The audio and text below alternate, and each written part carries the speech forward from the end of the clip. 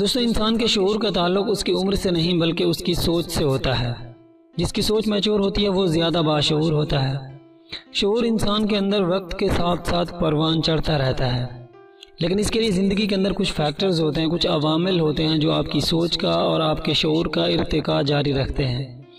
وہ چیزیں کون سی ہیں جو وقت کے ساتھ ساتھ آپ کے شعور کو پروان چڑھاتی ہیں؟ یہاں پر ہم انہی چیزوں کو دیکھنے والے ہیں، لیکن اس سے پہلے ہم ایک اور بات دیکھتے ہیں کہ بعض اوقات یہ شعور وقت سے پہلے ہی انسان کے اندر آ جاتا ہے۔ اس کے کچھ الگ فیکٹرز ہوتے ہیں۔ مثلا انسان کے اوپر ذمہ داریاں آنے سے اس کا شعور بیدار ہو جاتا ہے، یعنی جس عمر میں ہے اس کے اوپر ذمہ داریاں آئی ہیں، اگرچہ وہ کم عمری میں ہے لیکن اس کی سوچ ایک بڑی عمر کے انسان کی طرح ہو سکتی ہے، اس کی ذمہ داریاں بڑھنے کی وجہ سے، اس کے سر پر ذمہ داریاں آنے سے، کیونکہ اس سے انسان کا شعور بیدار ہو جاتا ہے۔ یا اگر وہ سنجیدہ لوگوں کی محفل میں ہمیشہ رہتا ہے بچپن سے ہی، مثلا اس کی فیملی کے سارے لوگ باشعور ہیں، تو بھی یہ شعور جلدی انسان کی سوچ کو بلند اور میچور کر دیتا ہے۔ اس کا مطلب یہ ہے کہ شعور ہمیشہ فطری طریقے سے ہی انسان کے اندر آتا ہے، یعنی انہی چیزوں سے آتا ہے جو آپ کی عملی زندگی کا حصہ ہوتی ہیں، کیونکہ عملی زندگی کا حصہ چیزیں ہی آپ کی سوچ کو اور آپ کے ذہن کو سب سے زیادہ افیکٹ کرتی ہیں۔ شعور کا یہ مطلب بالکل نہیں کہ آپ دوسروں کو کیسے مینج کرتے ہیں یا دوسروں سے آپ کے معاملات کیسے ہیں، بلکہ شعور کا یہ مطلب ہے کہ آپ خود کو، اپنے خیالات کو اور اپنی زندگی کے مسائل کو کیسے مینج کرتے ہیں۔ اگر آپ وقت گزرنے کے ساتھ ساتھ خود کو عملی طور پر پہلے سے بہتر بناتے جا رہے ہیں تو اس کا مطلب یہ ہے کہ آپ کے شعور میں اضافہ ہو رہا ہے۔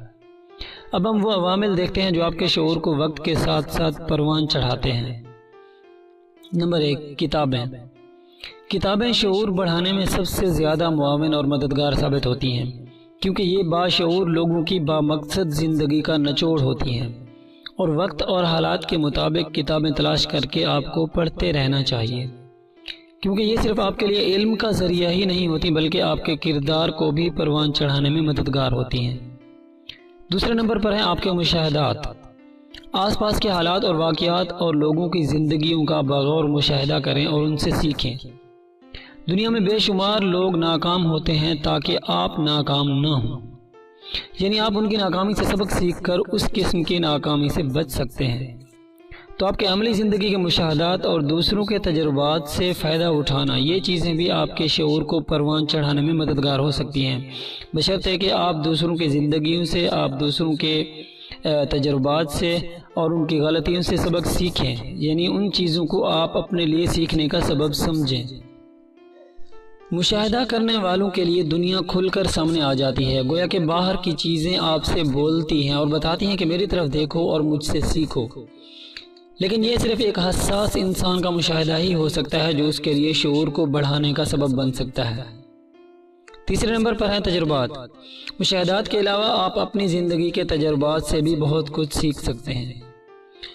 آپ زندگی میں کوئی بھی کام کرتے ہیں تو اس میں اگر آپ کو کامیابی ملتی ہے تو اس کے ساتھ ساتھ بہت سارے تجربات بھی آپ کو ملتے ہیں اس کام میں، اور اگر ناکامی ملے تو بھی سبق ضرور ملتا ہے آپ کو، اور یہ تجربات آپ کی آگے کی زندگی میں آپ کو صحیح سمت دکھانے میں اور صحیح راستہ بتانے میں اہم کردار ادا کرتے ہیں، بشرطے کہ آپ ان تجربات سے سیکھیں اور انہیں اپنے شعور کا حصہ بنا لیں۔ چوتھے نمبر پر ہے آپ کا تجسس۔